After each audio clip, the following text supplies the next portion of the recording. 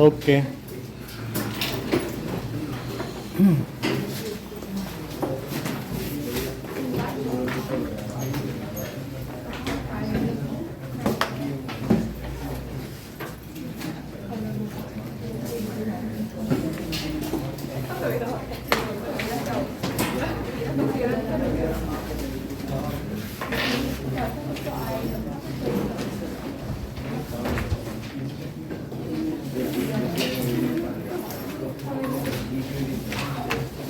Sir हम basic के नहीं हम क्वेश्चन छोड़े, क्या जो बेसिक वाले नहीं क्वेश्चन छोड़े, बेसिक वाले क्या है?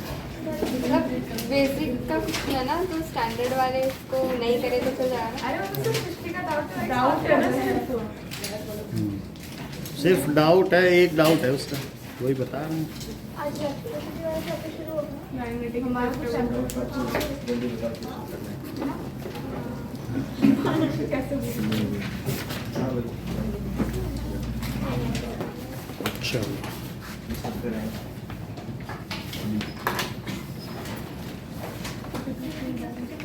ओके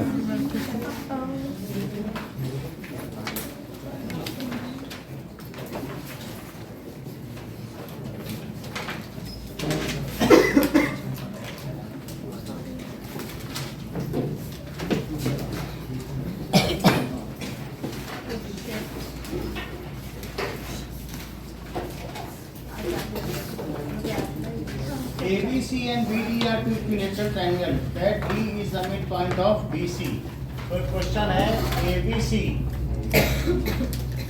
ये ABC और एक यहाँ पर ऐसा इक्विलेटरल ट्राइंगल है, जबकि ये D इसका मिड पॉइंट है, तो BDE भी है जिसमें ये दोनों इक्वल हैं, ठीक है। तो आपसे पूछा जा रहा है रेशो ऑफ एरिया। क्या आपको इक्विलेटरल ट्राइंगल के एरिया का फार्मूला पता है? क्या होता है?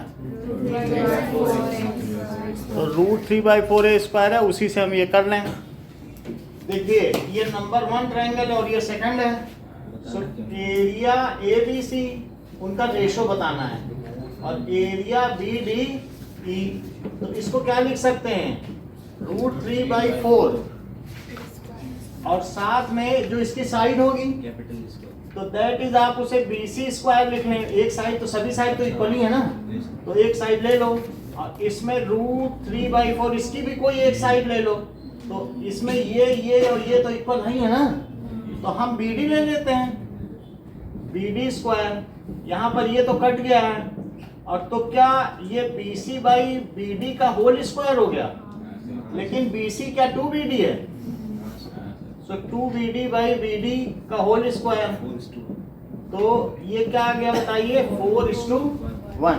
अगर देखो टू सिमिलर ट्रायंगल्स, ये एरिया थ्योरम में समझ लो, टू सिमिलर ट्रायंगल्स में जो साइड्स अगर जिस रेशो में होती हैं तो उनके एरिया उसके स्क्वायर के रेशो में होते हैं। फिर से समझिए कि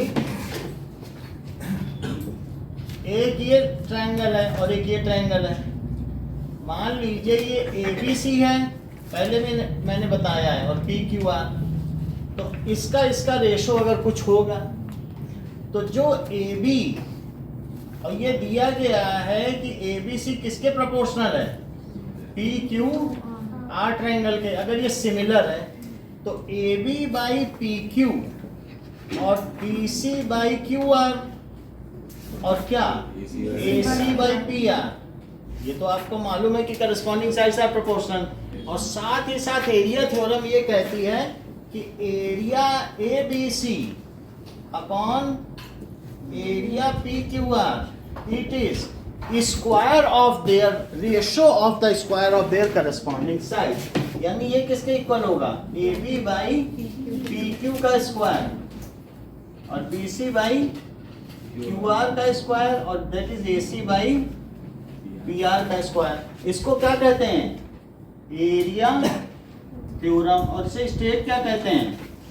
इन टू, पिछले साल तक थी इन टू सिमिलर ट्राइंगल्स, लेकिन क्या है कि पूछा जा सकता है कभी भी, तो in two similar triangles ratio of the area, किसका? Ratio of the area, ratio of areas of similar triangle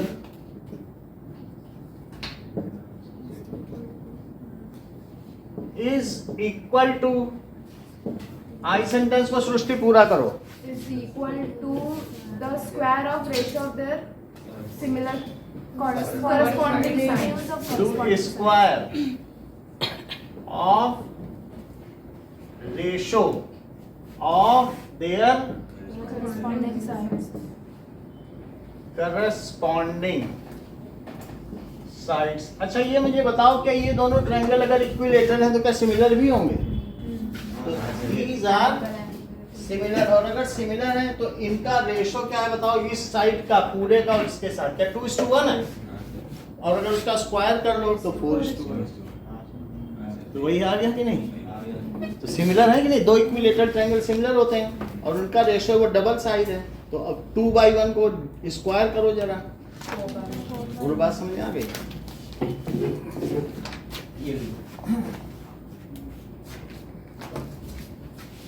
Okay, now we will come to magnetic effects of electric current.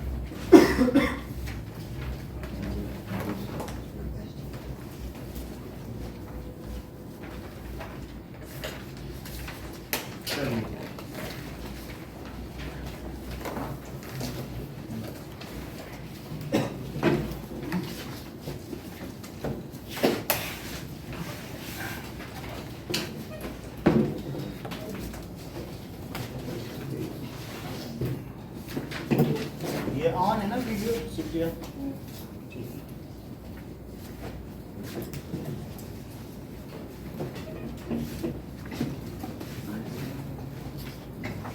ये बुक में है एरिया थ्योरम। नाउ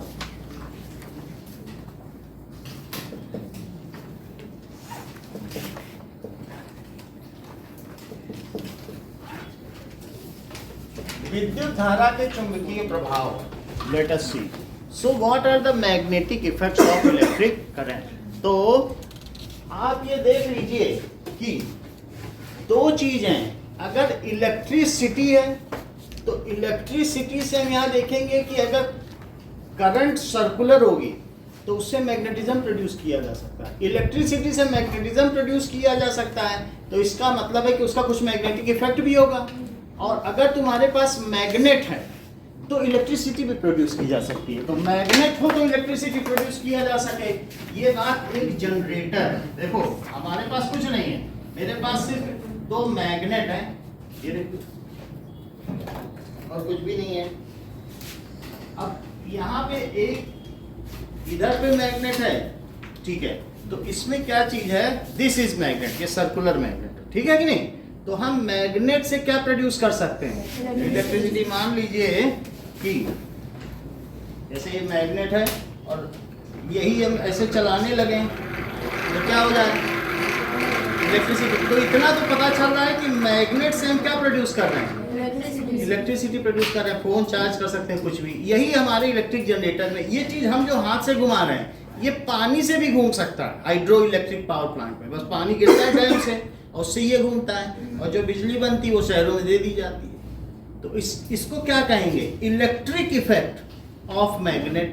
हम क्या पढ़ने जा रहे हैं, मैग्नेटिक इफेक्ट ऑफ इलेक्ट्रिसिटी। तो यानी एक से दूसरी चीज पैदा की जा सकती है। बात समझ में आ गई कि नहीं?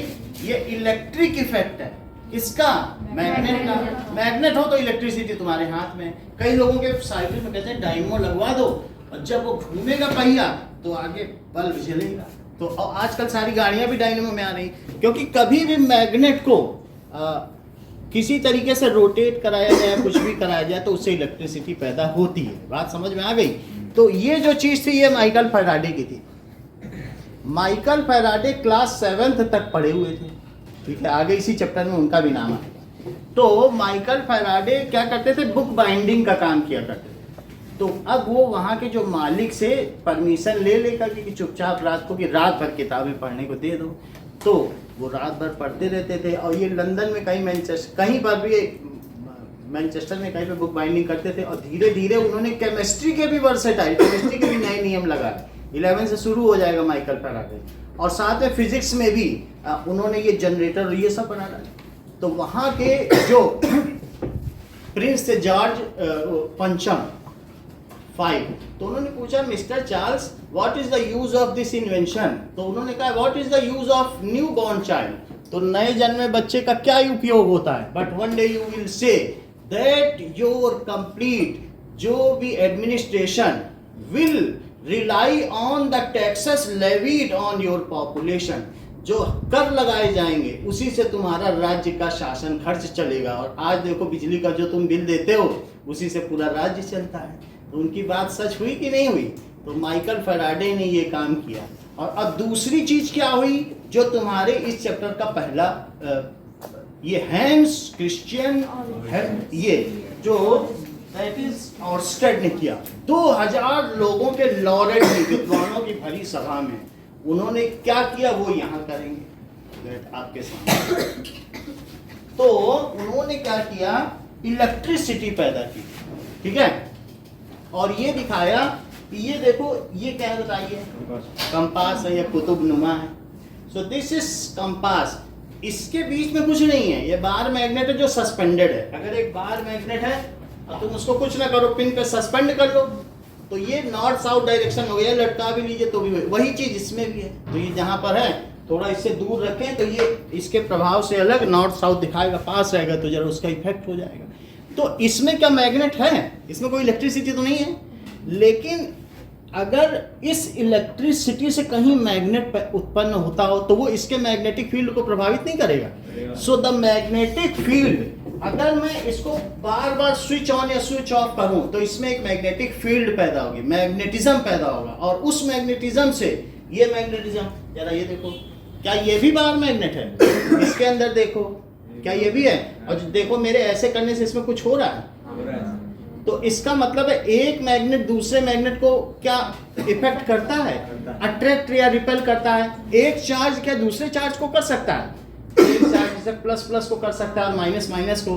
तो इसी तरीके से उन्होंने ये बताया। तुम ये बात बताओ मुझे, तुम मान लीजिए आप ऐसा मानो कि अर्थ पे चलती हो, अच्छा मून अर्थ के चारों ओर चक्कर लगाता है और अर्थ सन के चारों ओर चक्कर लगाती है, और साथ में एक फल न्यूटन के सर पर गिर जाता है। क्या ये चारों एक ही प्रक्रिया? All these can be unified by single law, that all these 4 different looking phenomena can be explained by gravitational force. In the similar manner, the electricity and magnetism both has its common origin, that is charge. इनके दोनों के जो उत्पत्ति स्थल है वो एक ही है। वो क्या है बताइए? चार्ज। अब जरा इस चीज को देख लें कि चार्ज क्या क्या कर सकता है। चार्ज, अगर मान लीजिए चार्ज रुका भी हो सकता है, क्या हो सकता है? रेस्ट पर भी हो सकता है। और ये क्या हो सकता है? ये मूव कर सकता है ना। और अगर मूव हो सकता है, मूव होने पे इसके 2 ऑप्शन हो सकते हैं। मूव होने पे एक ये चीज हो सकती है कि मूव्स विद यूनिफॉर्म स्पीड या यूनिफॉर्म वेलोसिटी लिख लो तो डायरेक्शन भी आ जाएगी। और दूसरी चीज क्या हो सकती है? क्या एक्सीलरेट। अच्छा, चार्ज अगर रेस्ट पर है, रुका हुआ है, तो तुमने देखा था कि प्लस प्लस को अट्रैक्ट करेगा, माइनस माइनस को करेगा। तो फिजिक्स की वह शाखा जिसमें रुके हुए चार्ज का अध्ययन किया जाता है उसको इलेक्ट्रोस्टैटिक्स कहते हैं। और पूरा 11th इसी पे तुम्हारा एट्रीब्यूटेड है। तो पूरा आप ये समझिए उसको क्या कहेंगे? इलेक्ट्रोस्टैटिक्स। रुका चार्ज है ना, स्टैटिक का क्या मतलब होता है बताओ? So electrostatics that is the study of charges at rest is studies under the branch of physics called electrostatistics. Statics कहा जाएगा, विद्युत स्थैतिकी। अभी जरा देखो, अभी पिछला चैप्टर पढ़ के आए हो। If charge moves with a constant speed, जैसा ड्रिफ्ट स्पीड होती है कि नहीं, चार्ज मूव करता चला जाता है, उसको कहते हैं इलेक्ट्रिसिटी। क्या वो तुमने पढ़ लिया है? तो कौन सा चैप्टर पढ़ा? चार्ज मूव्स विद, तो उससे क्या कहते हैं? It constitute electric current. इसे क्या कहोगे? It constitute electric current. और इसकी ब्रांच क्या कहलाएगी? इलेक्ट्रोडायनामिक्स। इसको क्या कहेंगे? देखो चल रहा है, डायनामिक का मतलब समझते हो, एक स्टैटिक्स है और ये क्या है? इलेक्ट्रोडायनामिक्स। अभी तुम इसे इलेक्ट्रिसिटी बोल लो जब तक 10th में हो, 11th में तुम्हें इलेक्ट्रोडायनामिक्स ही बोलो। तो अभी तुमको छूट दी गई है, अभी क्या बोल लो इसको? इलेक्ट्रिसिटी। इलेक्ट्रिसिटी समझ में आ गई बात ना? चार्ज अगर एक स्पीड से चल रहा हो, बैटरी में लगा दिया, एक स्पीड से चल रहा है, फिर घूमता है, फिर चलता है। अब जरा देखो, चार्ज अगर एक्सिलरेट होगा देन इट प्रोड्यूसेस, चार्ज अगर एक्सिलरेट होगा देन इट क्या प्रोड्यूस कर सकता है बताओ? एक तो चार्ज ही है, प्लस माइनस है, ये प्लस है देखो, और ऐसे ऐसे चले, एक होता है एक ही स्पीड से चलता चला जा रहा है तो ये इलेक्ट्रिक करंट, एक ही स्पीड से एक ही डायरेक्शन में चले तब क्या कहलाएगा? अच्छा ये ऐसे ऐसे हो, ऑसिलेट करे, ऐसे ऐसे हो, तो उससे क्या होगा बताओ? चार्ज अगर एक्सीलरेट, तो क्या एक्सीलरेशन हो गया? वो अपनी डायरेक्शन भी बदल रहा है, वेलोसिटी भी बदल रहा है, एक्सीलरेशन हो गया।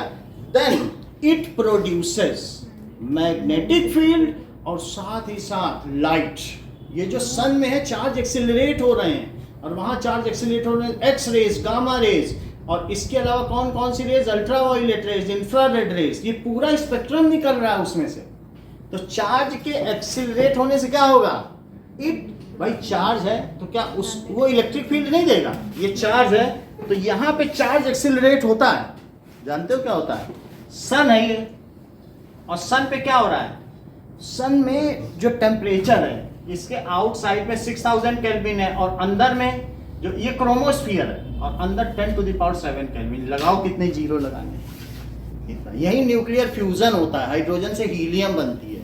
अच्छा वहां चार्जेस सब कैसे हैं? छिटके हुए हैं। क्या तुम्हें मालूम है कि स्टेट ऑफ मैटर एक प्लाज्मा स्टेट भी होती है? वो क्या है बताओ? जिसमें इलेक्ट्रॉन ही ना हो, सिर्फ न्यूक्लियस हो, इतनी एनर्जी, इतनी हीट कि सब इलेक्ट्रॉन भाग गए हो। सन एक प्लाज्मा है, सन को ऐसा नहीं कह सकते कि एटम्स है या आयंस है, उसमें एक भी इलेक्ट्रॉन नहीं बचा किसी हाइड्रोजन में, और सारे इलेक्ट्रॉन निकल के आयोनाइज हो गए। तो सन, जैसे ये तुम्हें प्लाज्मा बॉल दिखाई है ना चला के कई बार ऊपर रखी हुई है, तो वैसा ही स्टेट किसमें है बताइए? Plasma state. तो दैट इज, अब इसमें चार्ज कैसे हो रहा है बताओ? हाइड्रोजन आयन को क्या प्रोटॉन कहते हो? वही एक्सीलरेट हो।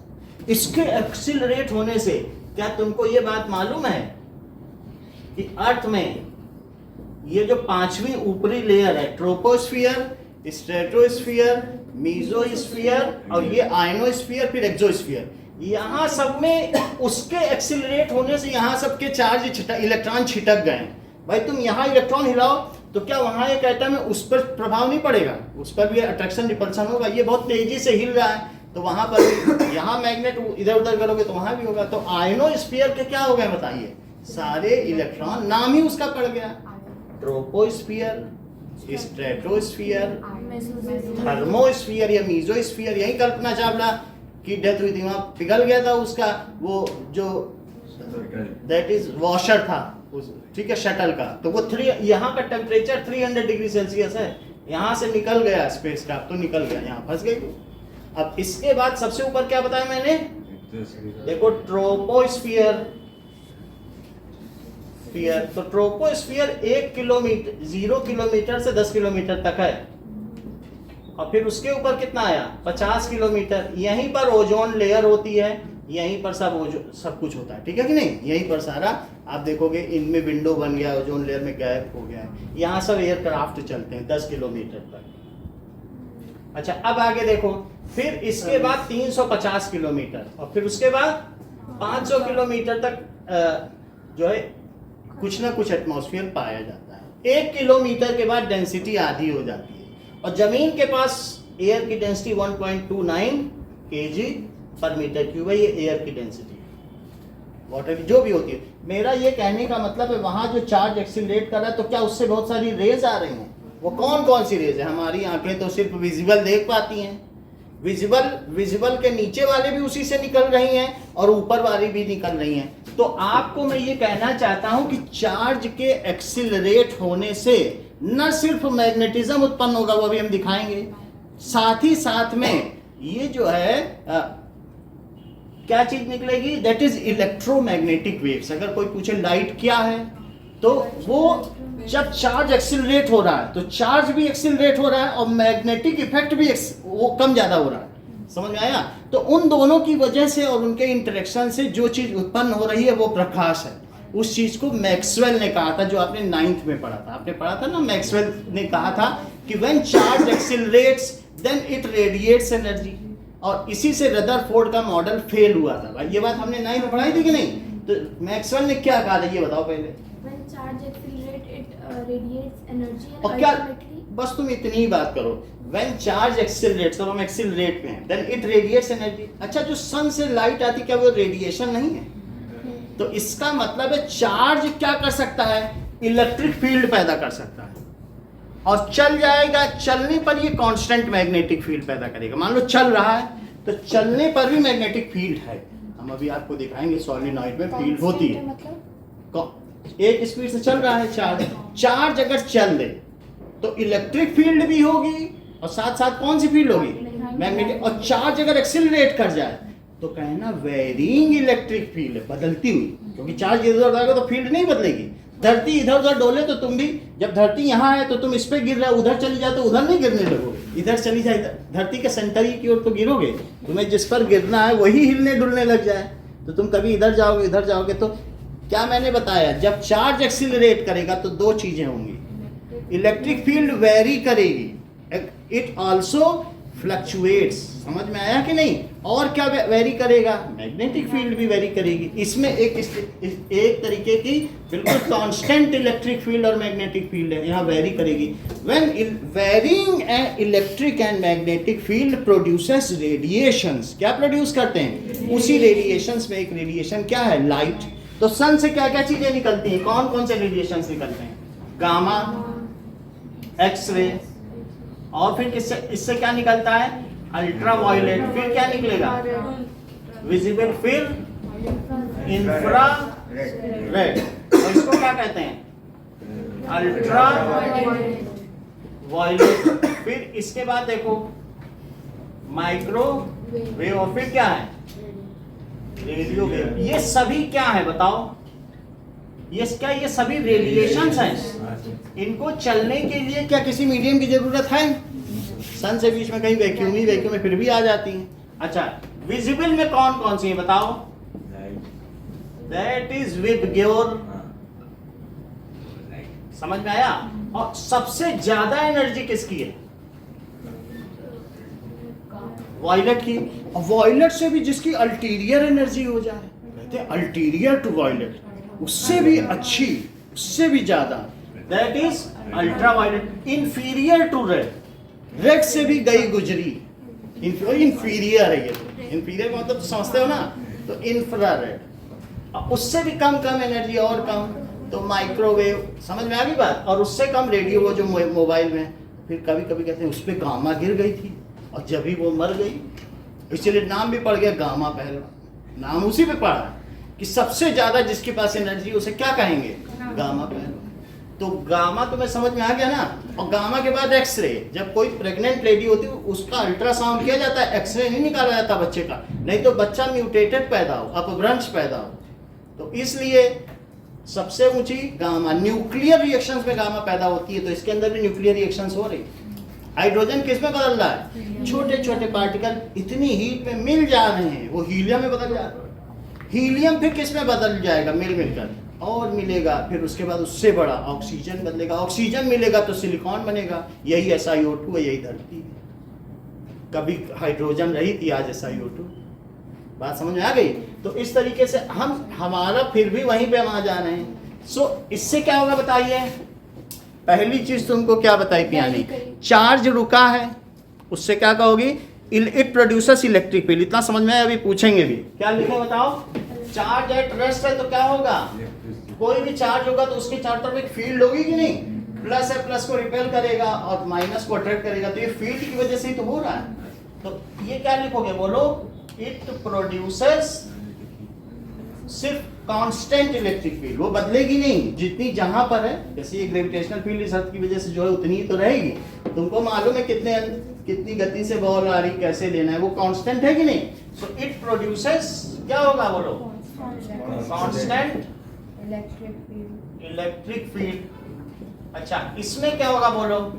यहाँ पे इट प्रोड्यूसर, अगर चार्ज चल दे तो क्या इलेक्ट्रिक फील्ड वेरी नहीं कर जाएगी? कोई चीज तुम्हारे नीचे धरती ही चलने लग जाए तो field varying electric field but constant magnetic field. Charge एक कांस्टेंट स्पीड से चल रहा है ना, तो उसके चारों ओर एक फील्ड कांस्टेंट होगी, लेकिन इलेक्ट्रिक फील्ड वेरी करेगी क्योंकि चार्ज चल दिया है, लेकिन उसके चारों तरफ वो एक साथ से चलता जा रहा है एक स्पीड से। आपको मालूम है 2 एम्पियर की करंट है, उतना ही चार्ज जा रहा है। तो क्या लिखोगे बताओ यहाँ पे? Varying electric field but constant magnetic field. Correct. कोई चीज को तो it produces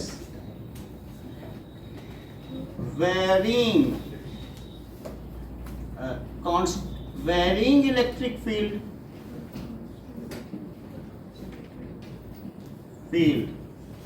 and constant magnetic field। ये सभी चीजें इसमें पढ़ेंगे तो फिर से इस पे आएंगे। आगे देखो यहाँ क्या लिख दे Divyangi? Varying electric field and varying magnetic field, क्योंकि वो एक्सिलरेट कर रहा है। वेरिंग इलेक्ट्रिक फील्ड, और इससे क्या होगा बोलो? And varying.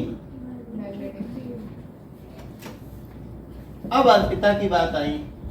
अर्पिता ने थोड़ी देर बाद पहले क्या कहा था? व्हेन चार्ज एक्सिलरेट्स, इसकी एनर्जी कम होती चली जाएगी और अल्टीमेटली वो गिर जाता है कि नहीं रदरफोर्ड में, तो उसकी एनर्जी किस फॉर्म में गई? लाइट, चाहे गामा निकले, कुछ ना कुछ निकलेगा। When charge accelerate it radiates energy, loses energy in form of electromagnetic radiations, क्योंकि इसमें इलेक्ट्रिसिटी भी है, मैग्नेटिज्म भी है, और साथ में ये कुछ ना कुछ एमिट हो रहा है। जो एमिट हो उसको क्या कहते हैं? रेडिएशंस। तो इट एमिट्स। तो varying electric field and varying magnetic field produces EM waves, electromagnetic waves. Electromagnetic waves कह सकते हैं, और सिंपल भाषा में लाइट कहो, लेकिन लाइट इसका एक अंश है।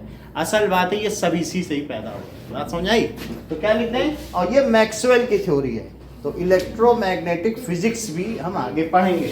तो क्या लिख रहे हैं बताइए? Varying electric and varying magnetic field, ठीक है, प्रोड्यूसेस रेडिएशंस, आप रेडिएशंस बोल दो या इलेक्ट्रोमैग्नेटिक वेव्स।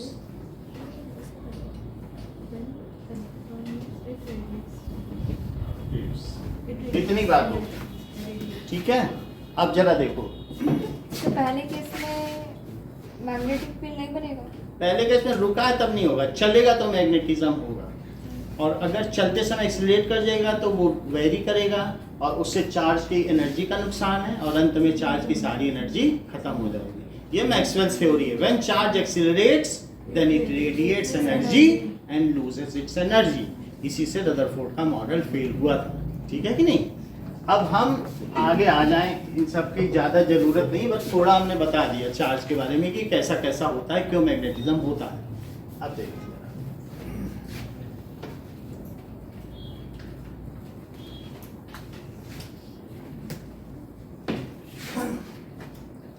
एक एक्सपेरिमेंट करेंगे, दैट इज कि दो अलग अलग चीजें हैं कि अब देखिए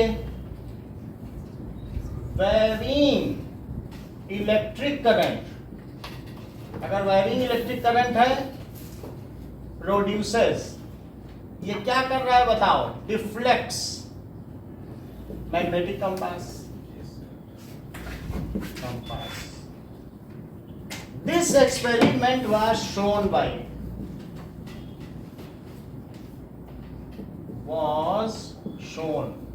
ये बहुत ऐतिहासिक एक्सपेरिमेंट था। दैट इज, इसमें सब जगह टीवी में भी दिखाया गया था, ये कहाँ हुआ ये पता नहीं, लेकिन क्रूशियल इलेक्ट्रोमैग्नेटिज्म की बात इसमें आई है। देखो येलो वाले में पढ़ लो, यही इलेक्ट्रोमैग्नेटिज्म, इलेक्ट्रोमैग्नेटिक वेव के बारे में पढ़े। दूसरी लाइन पढ़ो, लिखा है कि नहीं, इलेक्ट्रोमैग्नेटिज्म। तो यही चीज है जिसके बारे में हम बात कर रहे हैं, ठीक है।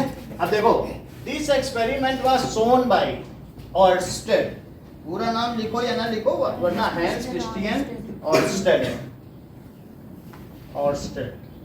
तो कैसे दिखाया जरा ये देखो, इन्होंने क्या किया, एक सर्किट लिया, उसमें एक बल्ब या रजिस्टर कोई भी ले लो, उसमें की लगा लो प्लग जिससे ऑन ऑफ कर सकें, और कुछ सेल ले लो, इतना काम करो, और बस यही सर्किट है सिंपल। और इस स्विच को तुम ऐसा स्विच ले लो, देखो ये ऐसा स्विच है कि ये, तो इसके ऊपर एक प्लग है, ये देखो, तो यहाँ ये प्लग की है, और इसमें यहाँ पर अभी ये सर्किट है, तो इसमें ये दिखाया जा रहा है कि तो ये अभी पूरा नहीं, ये प्लास्टिक है। तो बताओ अगर यहाँ टच कर दें इस स्क्रू में तो फिर क्या होगा, बोलो, ये करंट पूरी हो जाएगी कि नहीं, कनेक्ट हो जाएगी, और फिर ये पूरी सर्किट हो जाएगी। लेकिन हमने यहाँ बगल में मैग्नेटिक कंपास रखा हुआ है, और वो कंपास अभी तो नॉर्थ साउथ डायरेक्शन में ठहर रहा है, लेकिन मान लीजिए अगर मैं इसे स्विच ऑन स्विच ऑफ करूं तो क्या इसमें बहने वाली इलेक्ट्रिक करंट वेरी होगी, पहले 0 से फुल होगी और फिर फुल से 0 होगी, और अगर वेरी कर जाए तो क्या यहाँ जो मैग्नेटिक फील्ड है वो भी वेरी करेगी।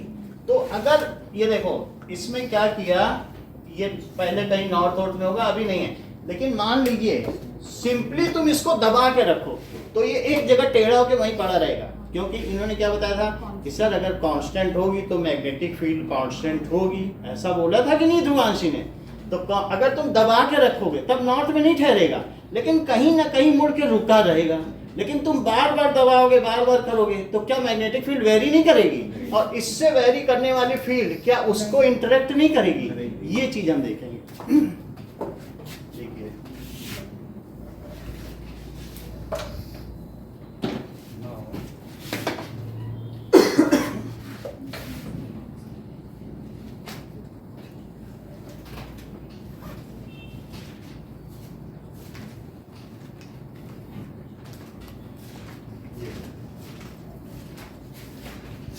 अभी इसको पहले जाने दें,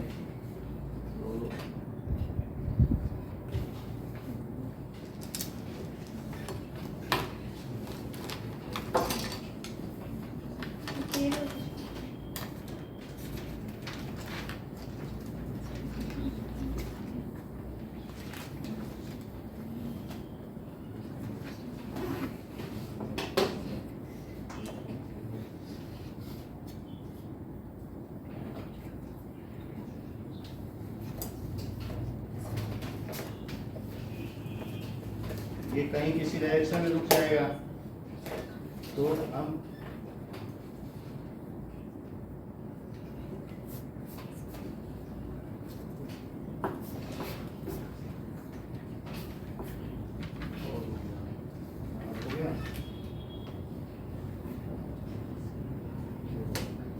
रुका है ना,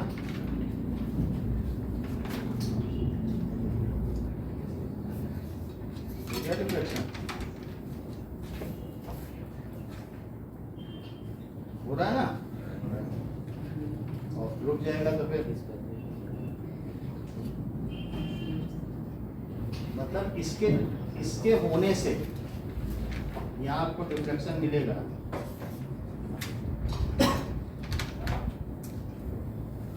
इसके लिए दूसरा मैग्नेट भी ले सकते हैं जो थोड़ा सा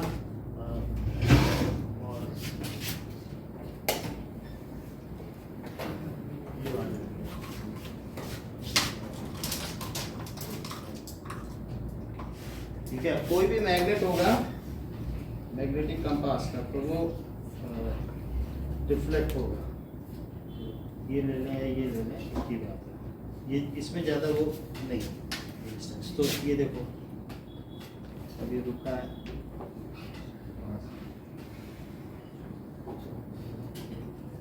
लग रहा है ना इसकी वजह से हो रहा है। तो ये देखो मान लीजिए अगर मैं इसको चलाऊंगा तो क्या होगा, ये जो मैग्नेटिक कंपास है इसमें डिफ्लेक्शन होगा,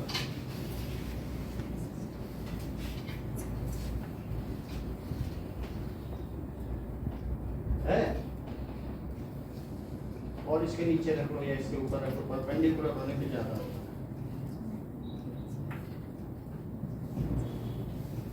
ठीक है, वही चीज है कि इलेक्ट्रिक करंट के अगर इसको आप बाद में देख सकते हैं क्लास के बाद में, लेकिन होगा जब बिल्कुल रुका हुआ हो तो इसको तो देखो हो रहा है कि नहीं, तो ये चीज देख लो कि जब इसमें इलेक्ट्रिक करंट को बदलेंगे तो अभी रुक जाए तो या रोक लेना है इसको कहीं, ठीक है, और फिर इसको हाथ में ही ले लो जिससे इससे कुछ ना हो।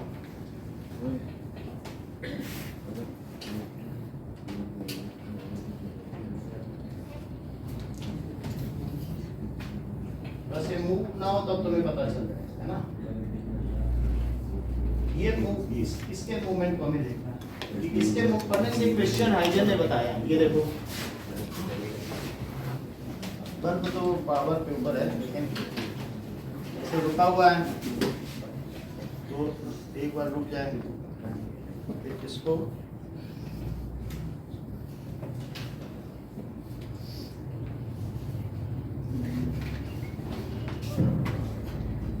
इससे इफेक्टेड हो रहा है, ठीक है, यही चीज दिखाया हुआ, ठीक है। इवन इट नहीं तो दूसरे कंपास से पता चल जाएगा, ठीक है। अभी बल्ब बंद हो गया, इसका मतलब है बैटरी डेड हो गई है, बाद बैटरी नहीं लानी पड़ेगी, ठीक है। बट ये चीज है कि मैग्नेटिक कंपास थोड़ा अभी ऐसा नहीं डिफ्लेक्शन हो रहा है, बैटरी तो डेड हो गई है, ये लांबा की बैटरी है बट ये है ना डिफ्लेक्शन हो रहा है, यानी करंट है इसमें, तो बस ये मूव कर जा रहा था। अभी तो आपने देखा था ना ये इस लाइट इसकी वजह से, करंट की वजह से देखो हो रहा है कि नहीं, अभी देख रहे हो आप, ये तो वही चीज है, ओके। तो इस पे मूवमेंट हो रहा है इसकी वजह से।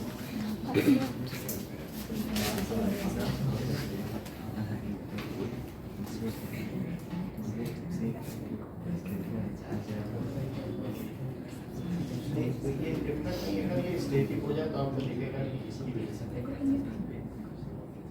ठीक है। कुछ लग रहा है ना दबाने पे, फिर अपनी जगह आ जाता है। अब ये बल्ब जलना बंद हो गया, इसलिए पूरा ये ना लाइट खत्म हो गई, उधर से तो आ रहा है लेकिन तो यही चीज है। तो इसमें हमने क्या देखा बताइए कि दैट जो मैग्नेट होगा तो उसके चारों तरफ क्या होगा, एक फील्ड तो होगी। सो हम इसके लिए क्या लिख सकते हैं बताइए। Now this experiment shows, okay, इससे क्या पता चलता है,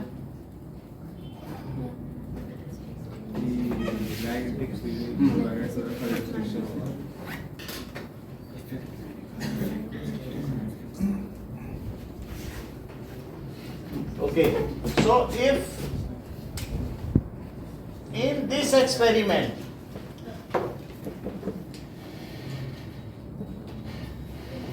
a magnetic compass is kept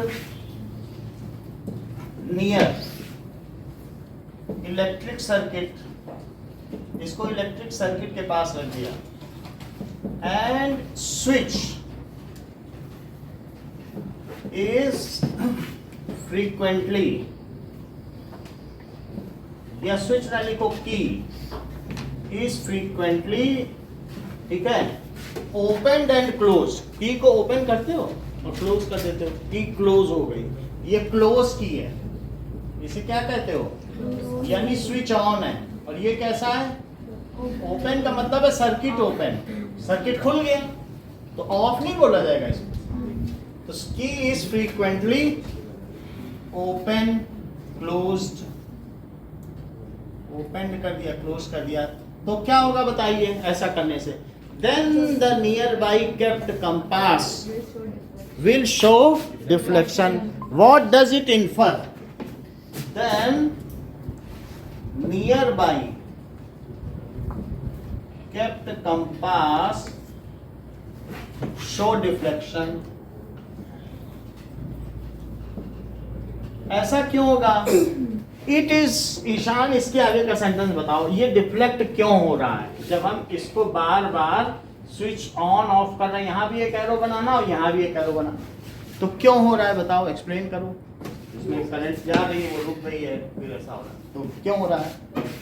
because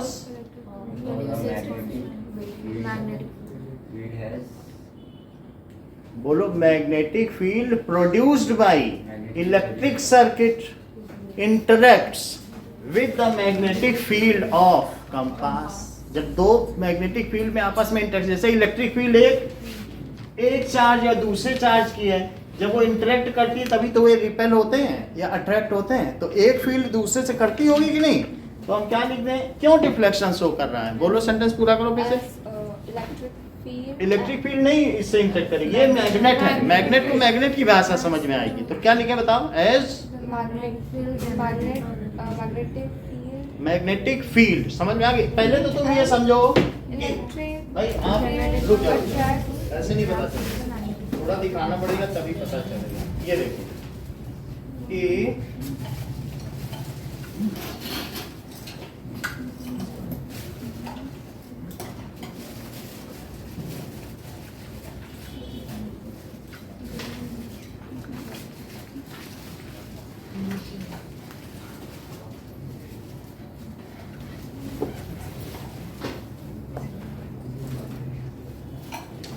देखिए, ये हमारे पास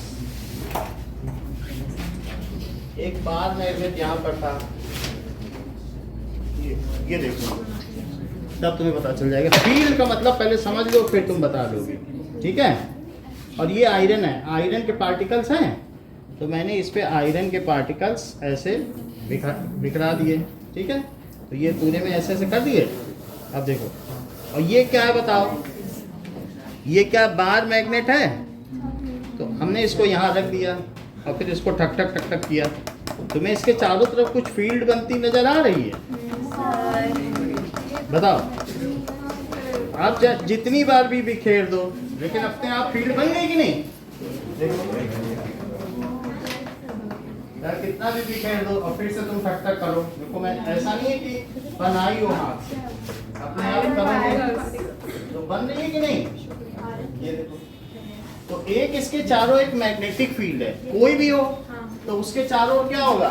ये देख लो, है कि नहीं मैग्नेटिक फील्ड? इसको ऐसे ऐसे करो तो बन जाएगी। हर एक चार्ज के चारों तरफ क्या होगी? तो क्या सेंटेंस बोला जाएगा बताओ?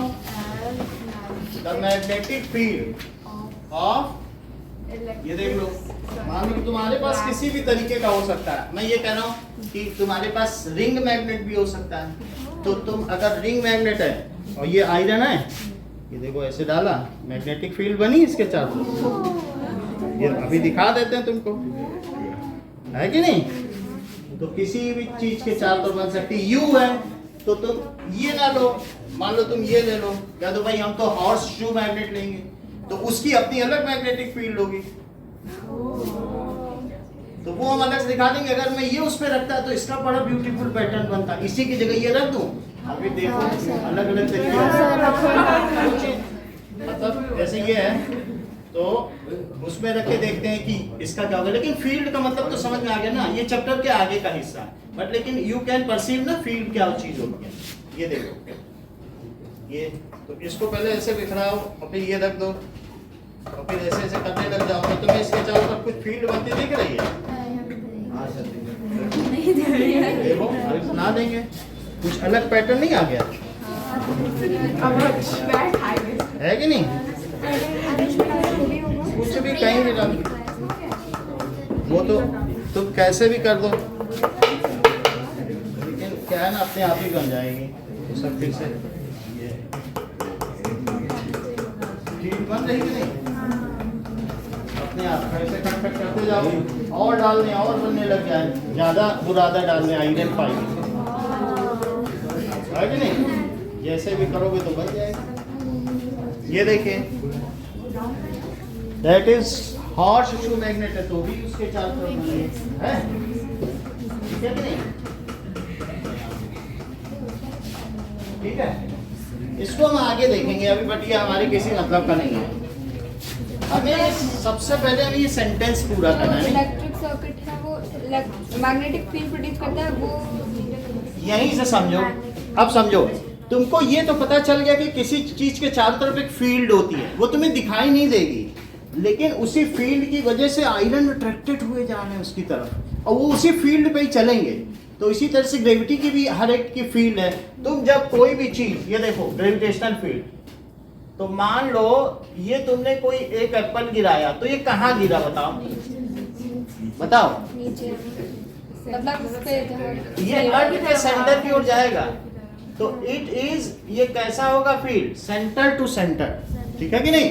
तो ये सेंटर डायरेक्टेड फील्ड है। इसी तरीके से प्लस चार्ज है, तो क्या ये इससे रिपेल होगा तो इधर जा सकता है?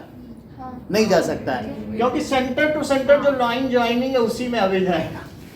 तो इन सब की अपनी एक फील्ड होती है।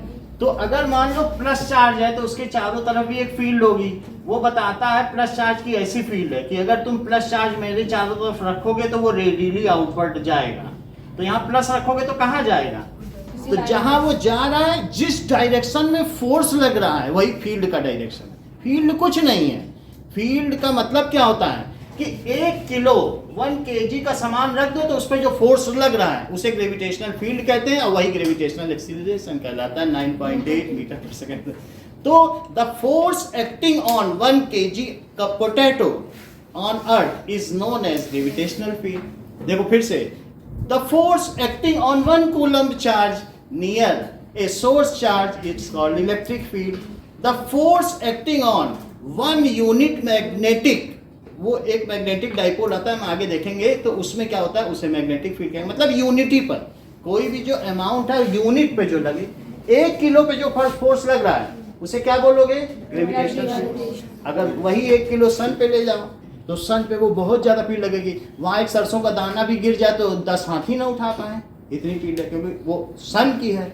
उसका मास ही 10 मिलियन है, हमारे अर्थ से 10 to the power 30, इसका 10 to the power 24 है। तो आप समझ गए ना, फील्ड ही बहुत ज्यादा। सुई नहीं उठा सकते बड़े बड़े गामा पहलवान वहां पर, तो वहां पर इतनी ज्यादा फील्ड है। लेकिन फील्ड तो 1 kg पे जो लग रही है उसे फील्ड कहते हैं। अब हमारी बात क्या है बताइए? When switch is frequently on end of, तो उससे क्या हुआ? इट प्रोड्यूसेस, इससे क्या चीज पैदा हुई? Magnetic field which interacts with, इसके चारों भी फील्ड होगी। ये भी तो एक बार मैग्नेट ही है, तो इसकी फील्ड और इसकी फील्ड इंटरेक्ट नहीं करेगी, तो उनके इंटरेक्शन से, अब चूंकि ये तो एक पिवोटेड है, किसी चीज पे घूम सकता है ना, so it is deflected. Why the bar magnet is deflected?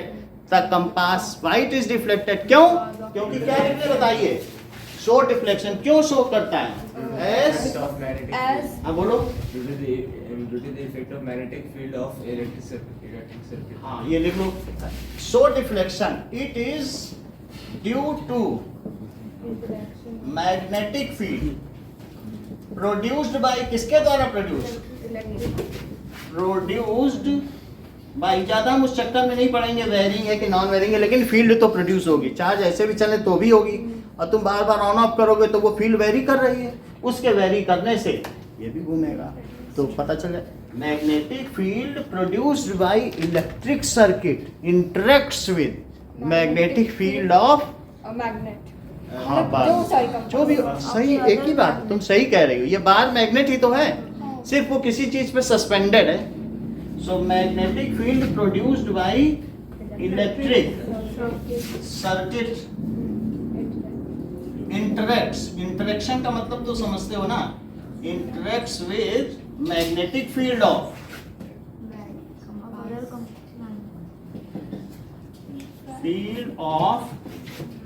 Magnetic compass. अब देखो यहाँ एक नया वर्ड आ गया, वो वर्ड है मैग्नेटिक कंपास। अब पहले हमें इसे डिफाइन करना होगा तभी आगे बढ़ सकते हैं। So what is magnetic compass? अभी तक हम लोगों ने कई तरीके के, ये जाइरो कंपास भी देख लिया, कई तरीके का देखे कि नहीं। तो ये घूम रहा है तो किसी भी डायरेक्शन में, यहाँ तो क्या है कि मैग्नेट को किसी भी डायरेक्शन में रखो ये उधर ही चला जाए। ये देखो ये मैग्नेट, तो इधर ले जाओ ये इधर घूम रहा है, तो ये घूम सकता है। पानी में है, बॉम्बे से लाए थे 10 रुपए का मिलता है, ये देखो पूरा घूम जाएगा कि नहीं। उल्टा भी कर लो, ये है कि नहीं। तो ये कई इस तरीके से समझ में आ गया? ज़्यादा बहुत स्ट्रांग हो तो नियोडायमियम का ले लो, उसको तो अलग करना ही मुश्किल होता है। बहुत ज़्यादा स्ट्रॉन्गर मैग्नेट ले लीजिए, बट इट ऑल हैपेंस, ठीक है? नियोडायमियम का है। चलो, तो तुम्हें कंपास से पता चल गया कि कैसा है compass. What is magnetic compass? अब हम लोग ये पता करेंगे कि कुतुबनुमा क्या होता है। भाई घर में तो मम्मी लोग यही बोलती है ना कि कुतुबनुमा जिस दिशा में वही उत्तर दिशा है। So what is magnetic compass?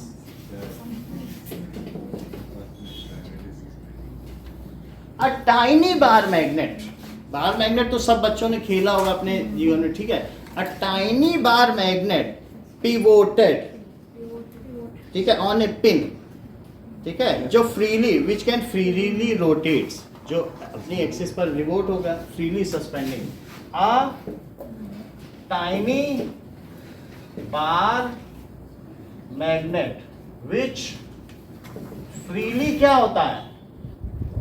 Freely suspends भी लिख सकते हो, या पिवोट्स ऑन पिन, वो पिन पे पिवोटेड है, ठीक है, and move in any direction, free to move in any direction, and free to move in, उसे क्या कहेंगे? Is called magnetic compass. ये किस लिए यूज होता होगा? कंपास, ठीक है। It is used for navigational purposes, ये दिशा सूचक के रूप में प्रयुक्त होता है। It is used by, navigation का मतलब समझो, हम लोग को पहले दिशा तो जानते थे, लेकिन जो नेवी के लोग थे, जो समुद्री लोग थे, उसी से नेविगेशन वर्ड आया, उसी से जो नेविगेशनल ऐप बने। नेविगेशनल ऐप जो होता नहीं है, डायरेक्शनल ऐप, नेविगेशनल ऐप बोलते हैं कि नहीं, तो नेवी से वो वर्ड आ गया navigation. So it is used for navigational या फिर direction finding purposes, navigational purposes. इतनी बात पता चल गई आपको मैग्नेटिक कंपास किस लिए यूज होता है। अब तुम कहोगे कि भाई ये अर्थ की बता देता है डायरेक्शन, नॉर्थ बता देता है कि नहीं अर्थ का?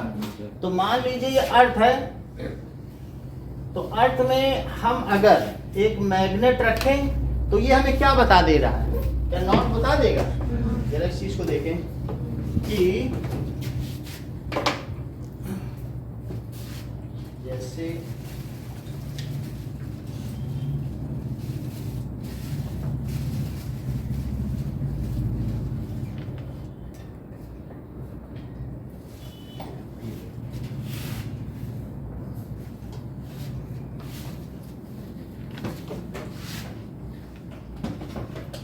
ना, अब देखिए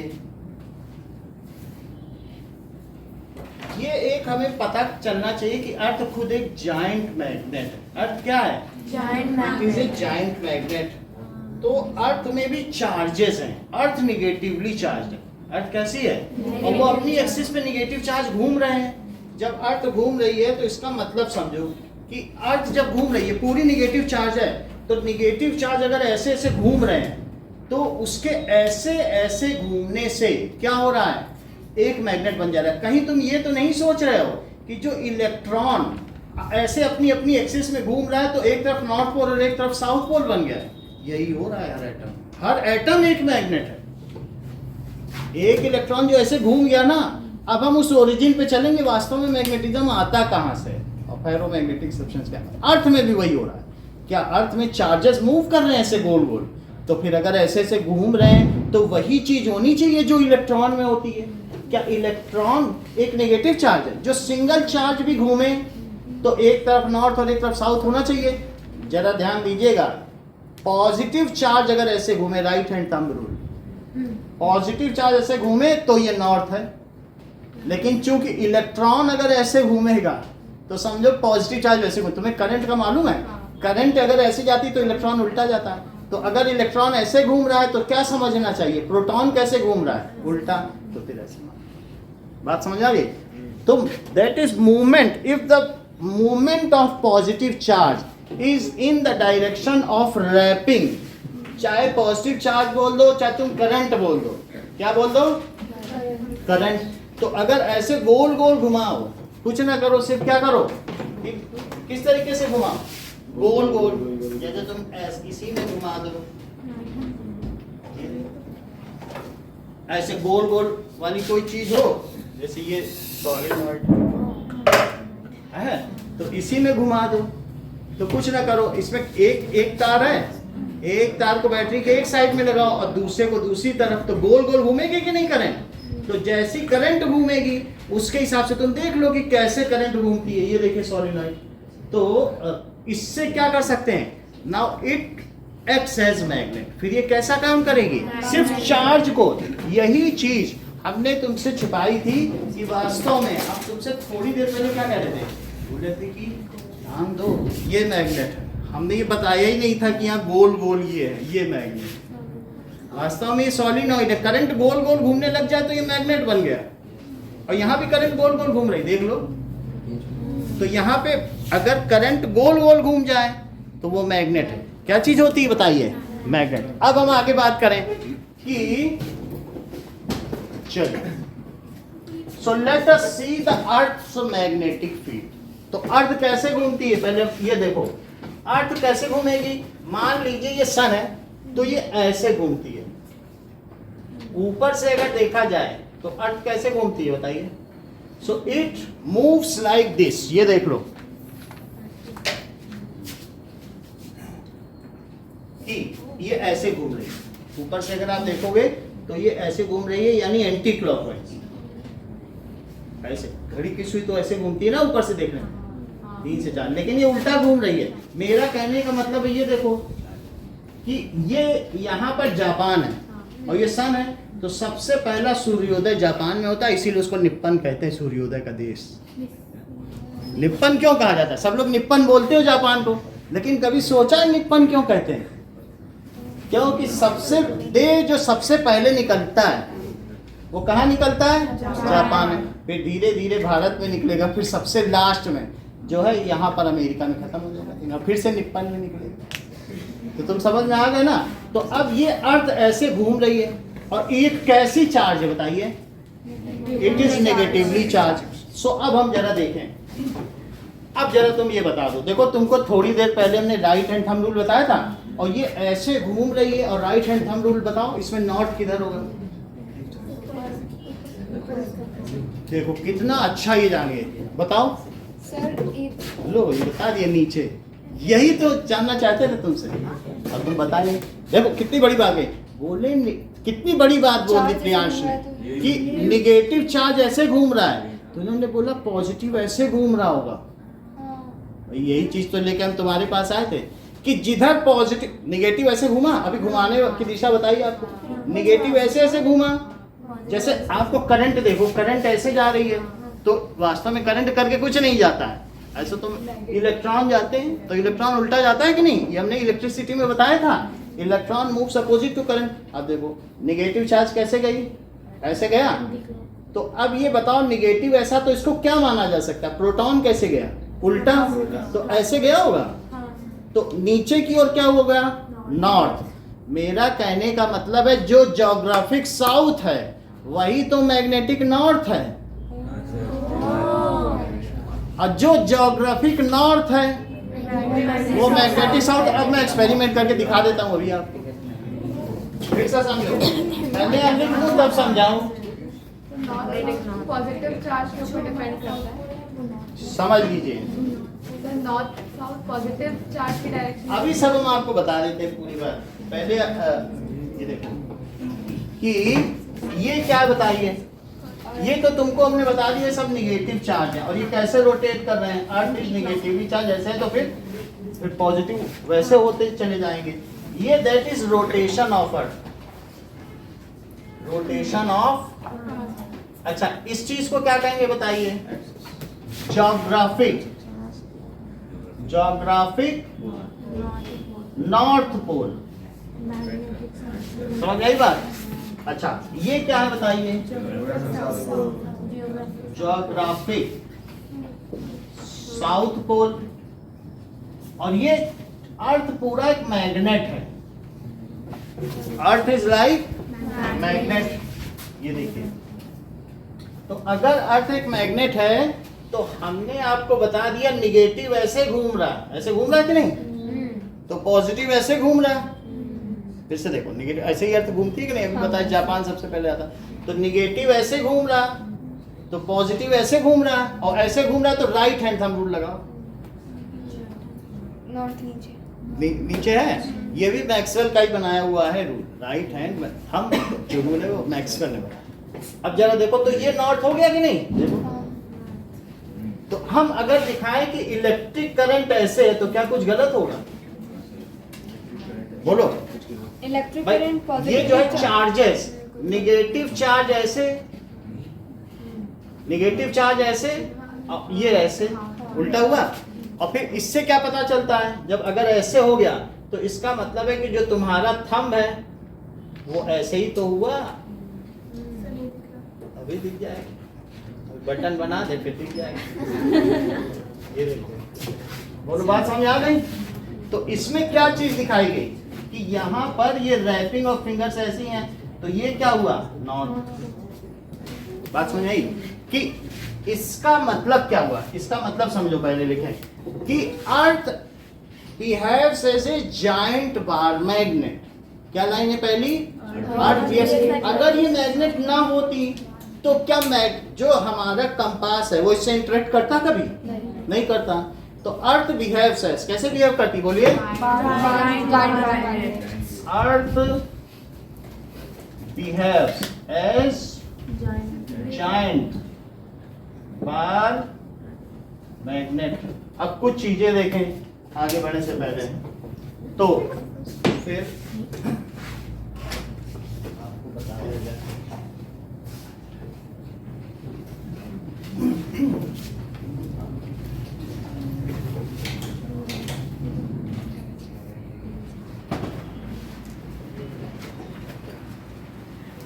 हमने ज्योग्राफिक नॉर्थ पोल क्या क्यों लिया थे? अभी बता रहे हैं, फोन हमारा मिल जाएगी। अच्छा,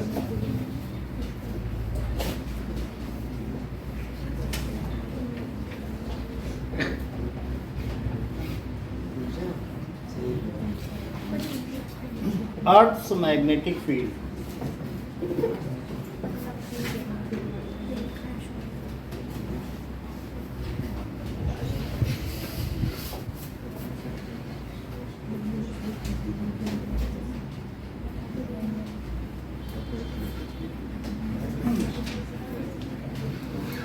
चलिए,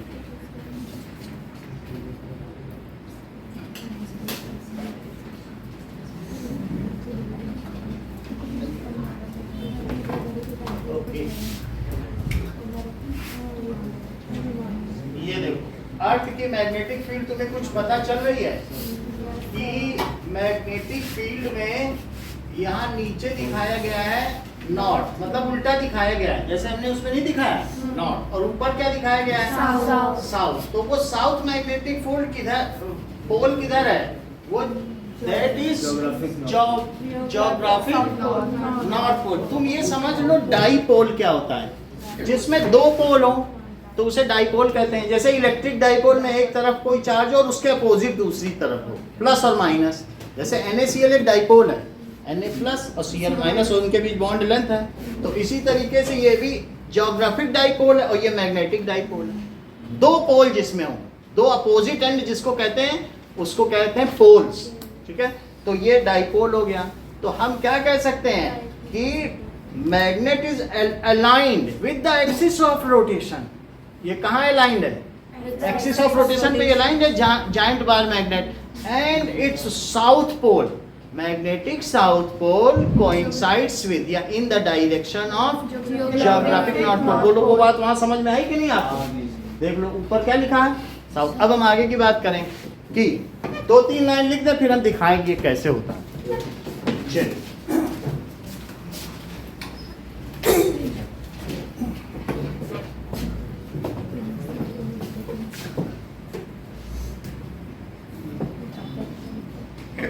okay, earth behaves as giant bar magnet. अब आगे लिखो कि अर्थ इज नेगेटिवली चार्ज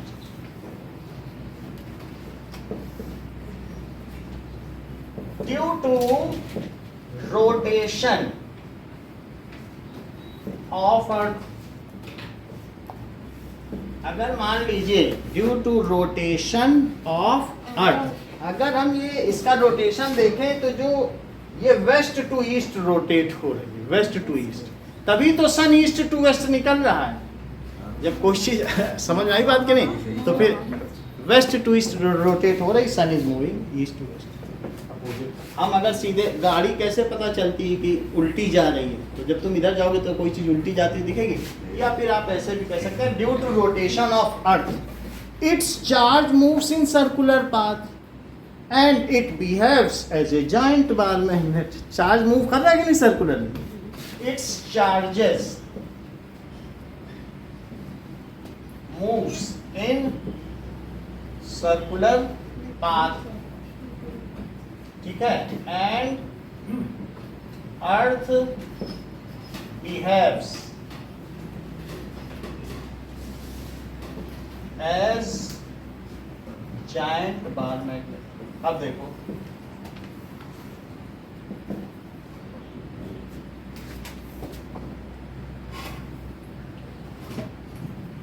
ये एक हमारे पास यहाँ कंपास है,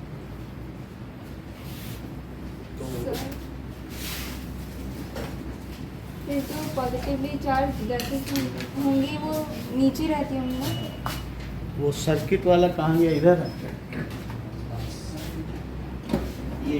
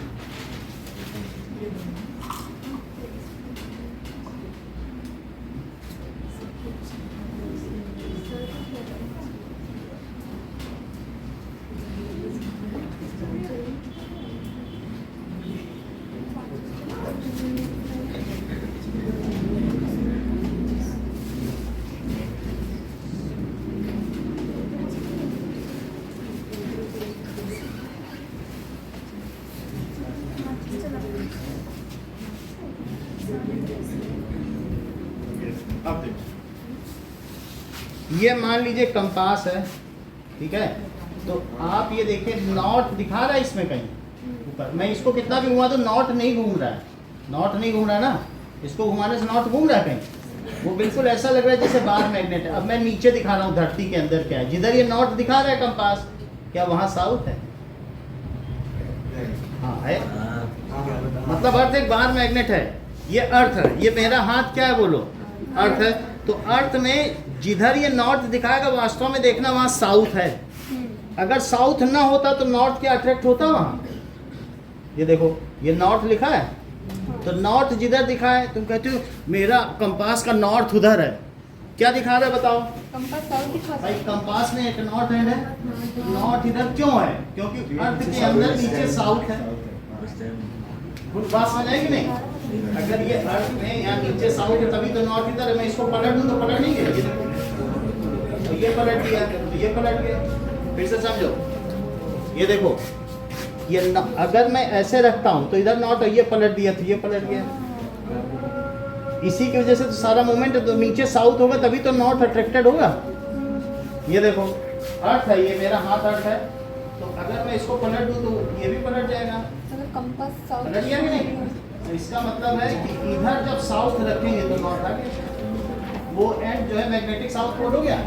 वैसे समझ लें, कंपास ये मान लीजिए अर्थ के ऊपर एक कंपास रखा है, तो नीचे हम साउथ रखेंगे तभी नॉर्थ इधर है। अगर मैं इसको पलट दूं तो वो पलट जाएगा, पलट गया। तो जरूर है कि नीचे साउथ होगा तभी तो नॉर्थ अफेक्टेड है, पलटने से पलट जाएगा। समझ में आ गई बात? ये देख लो, अर्थ के अंदर इधर साउथ है तभी नॉर्थ अफेक्टेड है, क्यों ऊपर नॉर्थ लिखा और मैं पलट दूं तो पलट नहीं गया।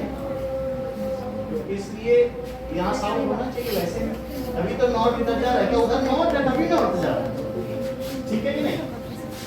तो साउथ यहाँ पे रहे तो नॉर्थ इधर जा रहा है, पलट दिया, पलट दिया। नॉर्थ क्यों है दिखा रहा है? क्योंकि अर्थ में उधर मैग्नेटिक साउथ।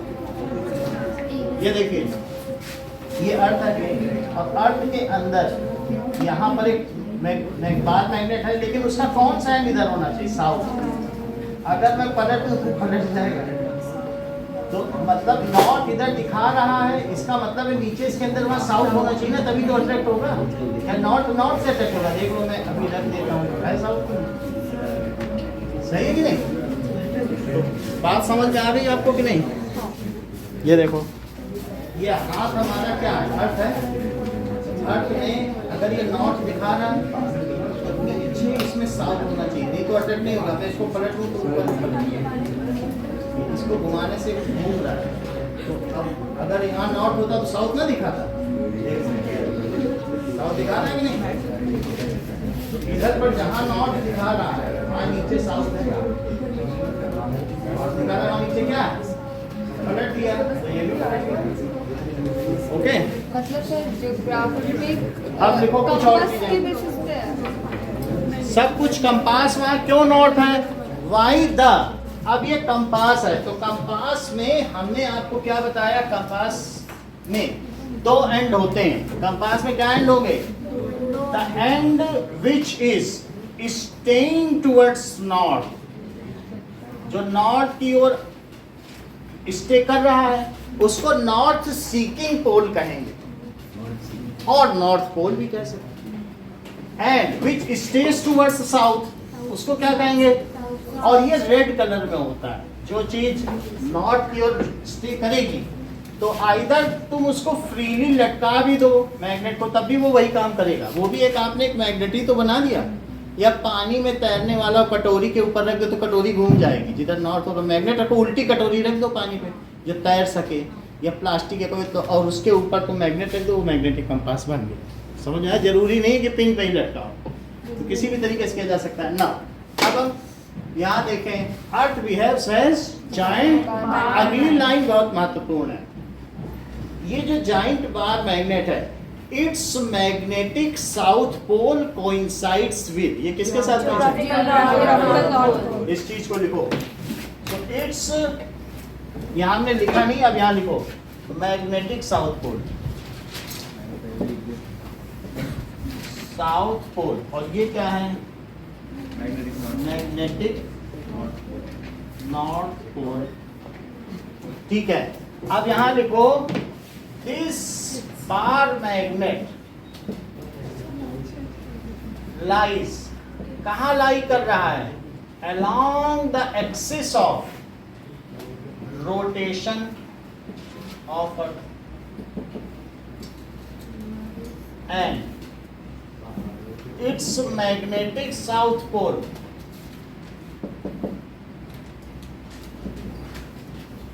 तो इसका जो मैग्नेटिक साउथ पोल है, इट लाइज या इट कोइंसाइड्स, कुछ भी लिख सकते हो, लाइज भी चलेगा, इन डायरेक्शन ऑफ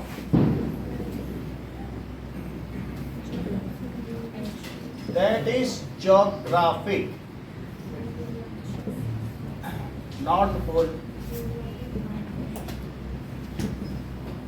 एंड अब नेहा इस सेंटेंस को आगे पूरा करो।